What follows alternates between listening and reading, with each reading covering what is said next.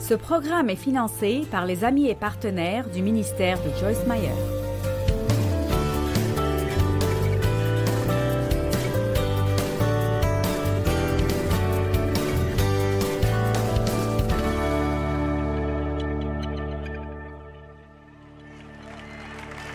Psaume 37, verset 1. Ne t'irrite pas.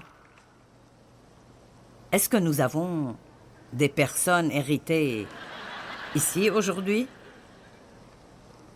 Ne jalousez pas ceux qui font le mal. N'enviez pas ceux qui agissent injustement et qui ne font pas ce qui est juste et droit envers Dieu, car ils sont fanés aussi vite que l'herbe et se flétrissent comme le gazon vert. Donc nous n'avons pas besoin d'être préoccupés par tout ce qui se passe dans le monde aujourd'hui. Nous devons prier à ce sujet et faire tout ce que Dieu nous demande de faire, mais ça ne sert à rien de nous inquiéter, parce que Dieu a toujours le contrôle et il a un plan divin que personne ne pourra arrêter. En d'autres termes, Dieu va prendre soin de nous tant que nous faisons ce que le verset 3 dit. Confie-toi, mets ta confiance et assure-toi en l'Éternel et fais le bien. 2 choses. Faites confiance à Dieu et faites le bien. C'est un message très important et j'ai été vraiment enthousiasmée quand il y a des années, Dieu m'a montré que faire confiance à Dieu est une chose. Mais nous sommes en partenariat avec Dieu et quand nous lui faisons confiance, nous ne sommes pas là passivement à attendre que Dieu fasse tout alors que nous ne faisons rien. Nous ne voulons pas faire les choses par nous-mêmes. Amen? Disons juste que c'est Dieu qui applaudit, OK?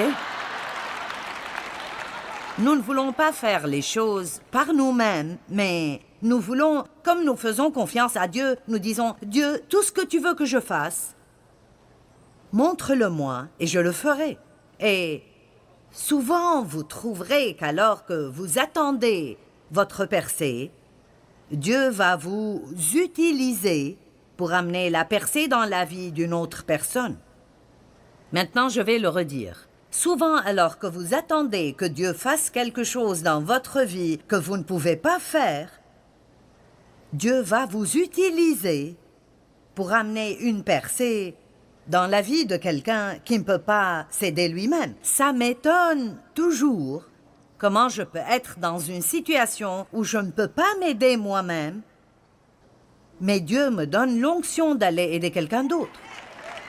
C'est comme, Dieu, si je peux l'aider, pourquoi je ne peux pas m'aider? Parce que ce n'est pas le plan de Dieu. Il veut que nous nous aidions les uns les autres. C'est tellement puissant quand nous grandissons en Dieu au point où nous pouvons ne plus penser à nous-mêmes et ne plus penser qu'à nous-mêmes tout le temps et chercher activement quelqu'un à qui on peut être une bénédiction. Si vous avez un problème, je peux vous donner une garantie de percée de 100%. Faites confiance à Dieu et faites le bien. Faites confiance à Dieu et faites le bien. Maintenant, j'ai eu cette idée des bouteilles de médicaments parce que j'aime les choses visuelles. Et il est clair que la parole de Dieu est un remède pour nos âmes. Nous savons comment prendre des médicaments pour notre corps physique, mais nous avons besoin de comprendre la puissance de la parole de Dieu. Ne lisez pas un chapitre de la Bible par jour juste pour faire votre devoir et tiquer cette liste. Allez à la parole de Dieu pour ce qu'elle est. C'est Jésus. C'est la volonté de Dieu. Ce sont des instructions sur comment avoir une bonne vie. Ne vous fatiguez pas à la lire si vous ne voulez pas obéir. Mais quand nous voulons un changement dans notre vie, toute personne qui veut un changement dans sa vie, si vous êtes sérieux de vouloir un changement dans votre vie, cela veut dire qu'il doit y avoir un changement en vous.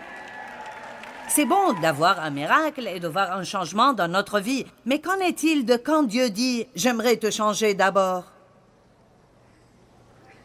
Beaucoup de nos problèmes sont de notre faute. Vous le savez? Hier, j'ai prié pour les personnes qui étaient malades ou qui avaient de la douleur dans leur corps, des personnes qui avaient mal physiquement. Et 85% des gens se sont levés. Maintenant, ce n'est pas la volonté de Dieu que tant de personnes dans le corps du Christ soient malades et ne se sentent pas bien. Nous avons besoin d'énergie. Amen. Nous avons besoin de nous lever le matin et nous sentir bien et être déterminés qu'à partir du moment où nous mettons nos pieds sur le sol, le diable ne va pas nous marcher dessus et que Dieu va nous utiliser pour aider quelqu'un d'autre. Alors, quand nous avons prié, nous avons fait confiance à Dieu. Puis j'ai dit, combien d'entre vous savent déjà que vous ne prenez pas vraiment bien soin de vous-même? Au moins 70% des 80% ont levé la main. Maintenant, Dieu est un Dieu qui fait des miracles. Mais nous ne pouvons pas juste nous laisser aller. Nous avons aussi besoin de faire la bonne chose. Et en fait, je crois, aujourd'hui, et je le dis sincèrement, je m'inquiète de la façon dont les gens ne s'occupent pas d'eux-mêmes.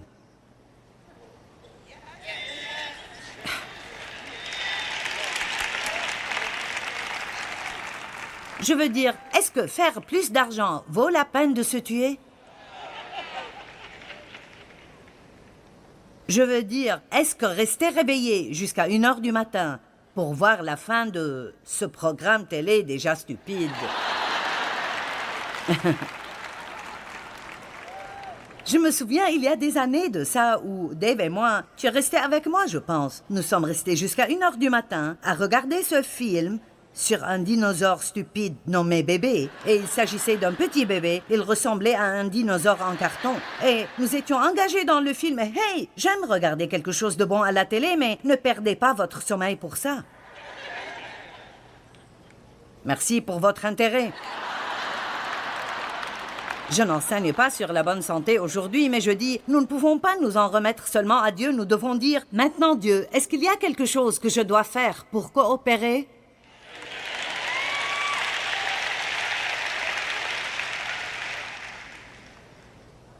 Donc, faites confiance à Dieu et faites-le bien. Mais la parole de Dieu est le remède. C'est comme quand j'ai un mal de tête et que je vais prendre de l'aspirine. Quand j'ai de la jalousie ou de la cupidité ou de la colère, je peux aller à la parole et je peux prendre ce remède. Et c'est étonnant quand je suis vraiment en colère contre quelqu'un et je sais que c'est mauvais et je veux dépasser ça. Parfois, je ne peux pas le faire. Je dois prendre mon remède. Et comme ça, et comme je connais la parole assez bien, je peux ouvrir sur 5, 6, 7 versets sur la colère et la parole va littéralement me calmer. Amen.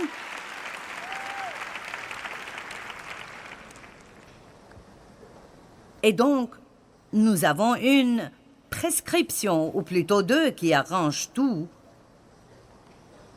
Faire confiance à Dieu. Quel que soit le problème, la réponse est « faites confiance à Dieu ». Si vous êtes inquiet pour vos enfants, faites confiance à Dieu. Préoccupé par les finances, faites confiance à Dieu et faites-le bien. Donnez la dîme et les offrandes. Oh, je ne veux pas parler de ça. Je veux juste un miracle. J'ai besoin d'un miracle financier. Bien, si vous avez besoin d'une percée dans vos finances et que vous dites « Dieu, y a-t-il quelque chose que je puisse faire ?» Et il dit « Oui, donne ceci et cela et cet argent que tu avais laissé de côté, donne-le comme une semence. » Eh bien, je ne vous parlerai pas de donner votre argent très longtemps. Ça rend la foule nerveuse. Mais vraiment, donner est l'une des meilleures choses que nous puissions possiblement faire pour nous-mêmes. C'est la meilleure chose que vous puissiez faire pour vous-même. Et écoutez, Dieu n'essaie jamais de prendre quelque chose de vous, mais il veut vous mettre dans une position où il peut vous donner plus.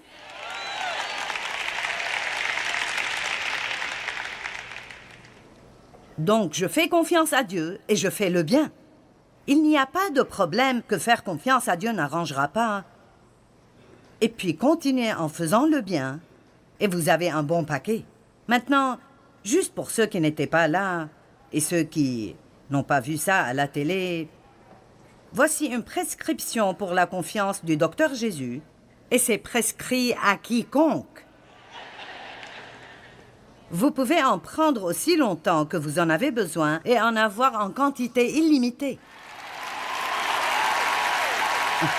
Vous n'avez pas à demander une nouvelle prescription. Vous pouvez en avoir autant que vous voulez. Cependant, je dois vous aviser qu'il y a des effets secondaires. Les effets secondaires sont la paix, la joie, la stabilité, la confiance et une meilleure santé générale.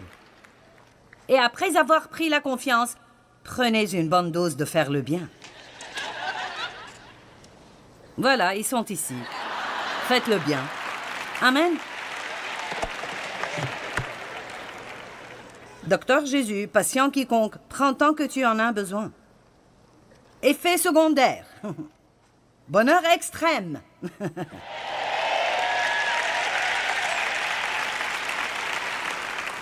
Et récompense au ciel. Mais vous savez, pour faire confiance à Dieu, il vous faut tout d'abord remettre tous vos soucis. Parce que l'inquiétude et la confiance sont opposés. Ils s'éliminent l'un l'autre. Essayez de faire confiance à Dieu tout en vous souciant en même temps. Je l'ai fait. Dévie par l'Écriture, remets tes soucis. Tout pour lui est remets tes soucis. Et il n'a pas appris ça du jour au lendemain. Il l'a appris en passant par des choses et en arrivant au point où il a simplement réalisé que se soucier n'allait pas résoudre le problème. Avez-vous déjà résolu un problème en vous souciant? Donc, j'aurais aimé pouvoir dire « Maintenant, si vous entendez ceci, vous ne vous soucierez plus jamais. » Mais la vérité est que je ne pense pas que nous arrêterons jamais de nous soucier avant de réaliser que nous ne sommes pas assez intelligents pour résoudre nos propres problèmes et que peu importe à quel point nous nous en préoccupons et que nous les tournions encore et encore dans nos pensées, ça ne va pas vraiment résoudre nos problèmes. Vous dites « Bon, je n'y peux rien ». Ne dites pas que vous n'y pouvez rien. Dites plutôt « Avec l'aide de Dieu, je peux faire tout ce qu'il veut que je fasse ». Si Dieu nous dit de ne pas nous inquiéter, il doit donc y avoir un moyen d'apprendre à vivre sans inquiétude. Certains parents pensent qu'il est de leur devoir de vous inquiéter pour vos enfants. Vous n'êtes pas de bons parents si vous ne vous inquiétez pas pour vos enfants. Bien, si vous passiez 25% du temps que vous passez à vous inquiéter, à croire Dieu, il prendrait soin d'eux. Nous avons 4 enfants adultes et 11 petits-enfants et je me suis beaucoup inquiétée pour mes enfants. Je pensais qu'ils ne quitteraient jamais la maison. Et puis, s'ils allaient quitter, je ne savais pas ce qu'ils allaient faire. Je ne pensais pas qu'ils pourraient prendre soin d'eux-mêmes. Et vous savez, c'est vraiment comique quand je regarde en arrière et je vois comment Dieu a arrangé tout ce que je pensais être un problème. Ils sont tous au service de Dieu, même mes 11 petits-enfants et 5 de mes petits-enfants sont ici ce week-end. Et à chaque fois que vous avez envie de vous inquiéter, ouvrez votre bouche. Que tout le monde dise « J'ouvre ma bouche ». Ouvrez votre bouche et dites « Je te fais confiance, Dieu. Je te fais confiance. Montre-moi quelque chose que je peux faire pour être une bénédiction. » Vous savez, la meilleure façon de ne plus penser à vos problèmes est de chercher quelqu'un d'autre à qui vous pouvez être bénédiction. Je peux vous dire qu'alors que je prêche aujourd'hui, je ne m'inquiète de rien. J'essaye d'aider d'autres personnes à apprendre à ne pas s'inquiéter. Remettez-lui tous vos soucis. Il s'occupe de vous. 1 Pierre 5, 6 et 7 dit « Humiliez-vous sous la puissante main de Dieu afin qu'il vous élève en temps voulu. Déchargez-vous sur lui de tous vos soucis. » Donc, la façon dont nous nous humilions, c'est en disant « Je ne vais pas m'inquiéter parce que rien que je puisse faire ne résoudra mes problèmes. Au contraire, je vais lui remettre toutes mes inquiétudes. » Amen. Maintenant, pouvez-vous faire confiance à Dieu? Certains d'entre vous disent « Oui, c'est la réponse spirituelle à donner, vous savez. » Mais vraiment, nous avons tous des moments où nous nous demandons, est-ce que Dieu va vraiment s'occuper de moi? Puis-je vraiment faire confiance à Dieu ou ai-je besoin d'avoir un plan B? Quelqu'un sait ce que je veux dire par avoir un plan B? Et si Dieu n'intervient pas assez rapidement, combien de temps est-ce que je suis prêt à attendre? C'est notre gros problème. Nous prions et, oh, nous allons attendre que Dieu intervienne et après 2 semaines, nous reprenons nos soucis. Et nous passons notre vie à remettre nos soucis et à les reprendre, à remettre nos soucis et à les reprendre. Nous demandons à Dieu de sauver nos bien-aimés et la semaine d'après, nous essayons de trouver des tas de façons pour les sauver. Pouvons-nous vraiment faire confiance à Dieu? J'ai une bonne réponse pour vous. Au moins, je pense qu'elle est bonne. Faire confiance à Dieu ou pas dépend de si vous essayez de faire qu'il vous donne ce que vous voulez ou ce qu'il veut que vous ayez.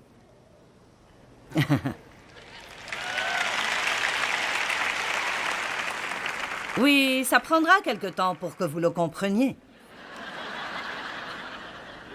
Je le redis, faire confiance à Dieu ou pas dépend de si nous lui faisons confiance pour nous donner ce qu'on veut ou lui faisons confiance pour nous donner sa volonté parfaite, dans son timing parfait, de la manière parfaite.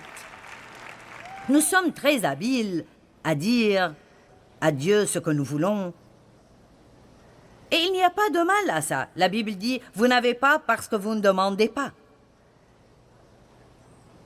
Demandez ce dont vous avez besoin. Mais il y a eu des temps dans ma vie où j'ai trouvé que ce que je pensais vouloir n'était pas vraiment ce que je voulais du tout. Et je passais par des moments où j'étais frustrée parce que Dieu ne me donnait pas ce que je voulais. Et plus tard, je remerciais Dieu parce qu'il ne m'avait pas donné ce que je voulais.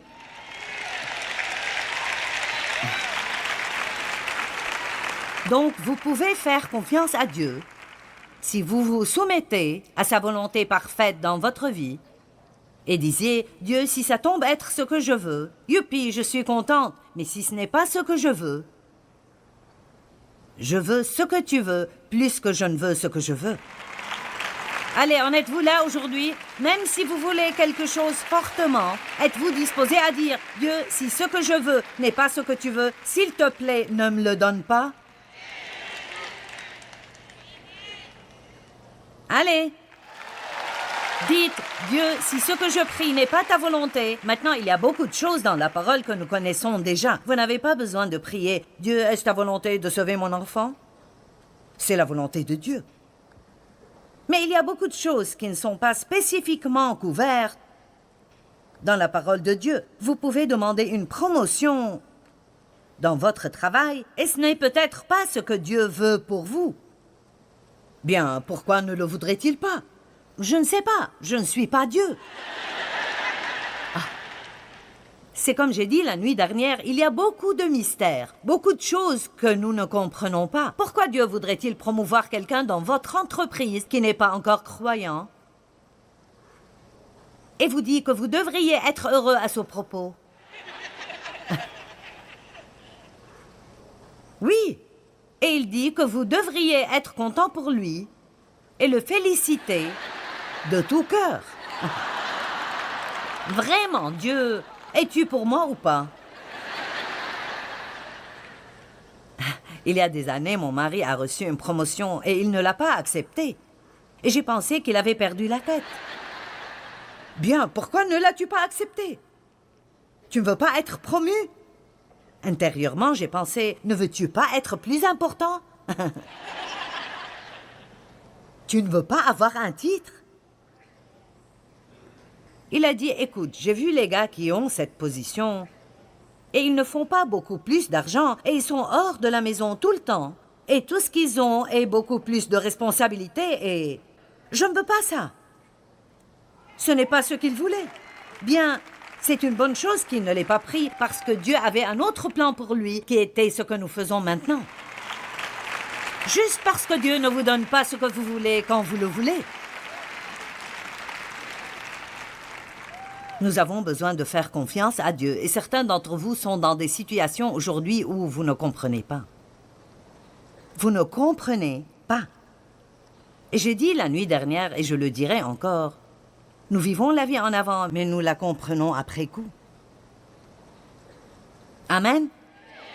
Quand Dieu nous avait appelés au ministère ou m'a appelé à enseigner, j'ai quitté un emploi à temps plein pour avoir le temps d'étudier. Nos factures étaient plus grandes que notre revenu et j'étais pétrifiée. Il y avait ce petit diable assis sur mon épaule qui criait dans mon oreille tout le temps « Qu'as-tu fait? Qu'as-tu fait ?» Nous avions besoin d'un miracle tous les mois pour payer nos factures. Et j'étais tellement sûre que parce que j'avais fait ce grand sacrifice, des choses miraculeuses et merveilleuses se produiraient dans nos finances. Sûrement que si je fais ce sacrifice,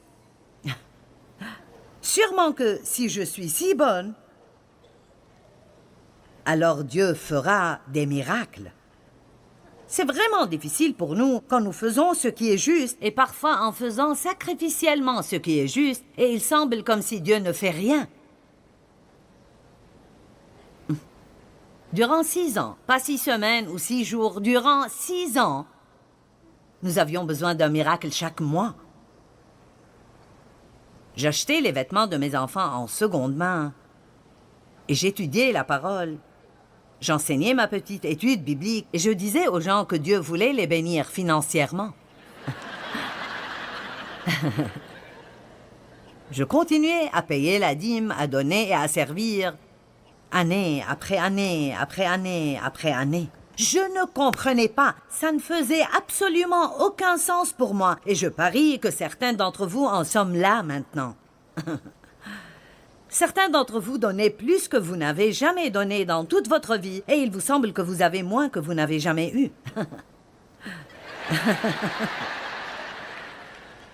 Ne reculez pas dans votre engagement. C'est exactement ce que le diable veut que vous fassiez.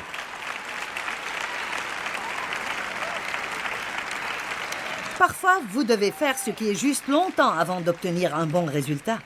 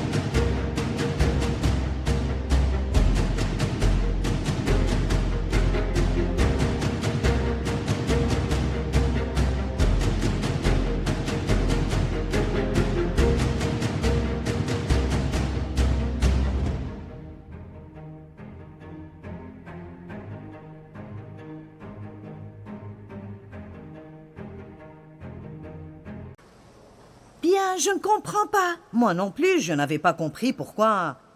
Il a fallu tellement longtemps pour que Dieu fasse une percée dans nos finances, mais j'ai compris maintenant. Je ne l'avais pas compris, mais j'ai compris maintenant. Dieu m'enseignait comment lui faire confiance pour chaque chose dont j'avais besoin. Et je ne le comprenais pas.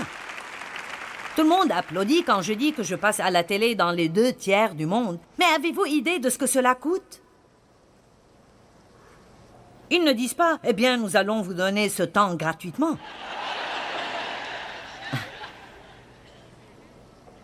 Et durant ces 6 ans, Dieu m'a enseigné comment faire confiance maintenant.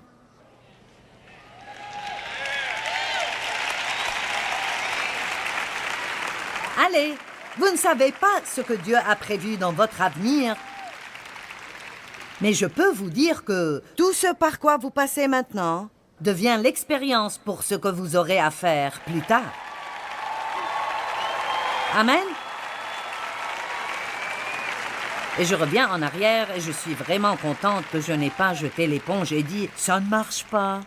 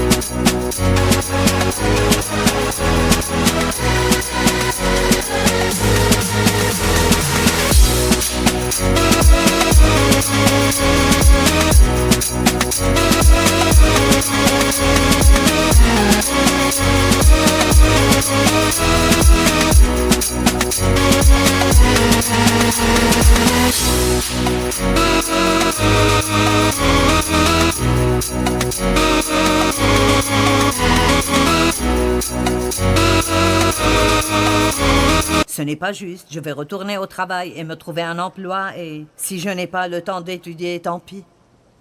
J'avais besoin de ces années d'études. Et j'avais vraiment besoin d'appliquer la parole de Dieu pratiquement dans ma vie. Allez, il ne suffit pas de connaître quelque chose dans votre tête, vous devez le connaître par l'expérience. Jésus recherche des travailleurs expérimentés. Nous avons besoin d'expérience et d'expérimenter la fidélité de Dieu. Nous avons besoin d'expérimenter le Dieu qui pourvoit pour nous miraculeusement. Certains des meilleurs temps dans ma vie, les choses que j'apprécie le plus sont de regarder en arrière sur certaines des choses que Dieu a fait pour nous pendant ces 6 ans. Je ne veux même pas essayer de vous les dire maintenant, mais ils étaient si bons et si incroyables. Et tout ce que je peux dire, c'est que je n'ai pas reçu tout ce que je voulais, mais tout ce dont j'avais besoin. Dieu est fidèle. Il est fidèle. Et faire confiance à Dieu est souvent un étirement. J'ai dit la nuit dernière, vous avez des marques d'étirement? Y a-t-il des marques dans votre vie parce que vous avez eu besoin de vous étirer pour vous en remettre à Dieu? C'est bon pour nous. Vous n'allez jamais savoir si vous faites confiance à Dieu jusqu'à ce que vous preniez un pas de foi et ayez une expérience avec Dieu.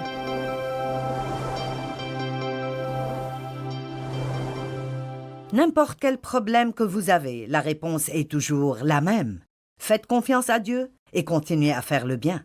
Ayez foi que Dieu a la réponse à votre situation et qu'il travaille derrière les coulisses en ce moment même pour votre bien.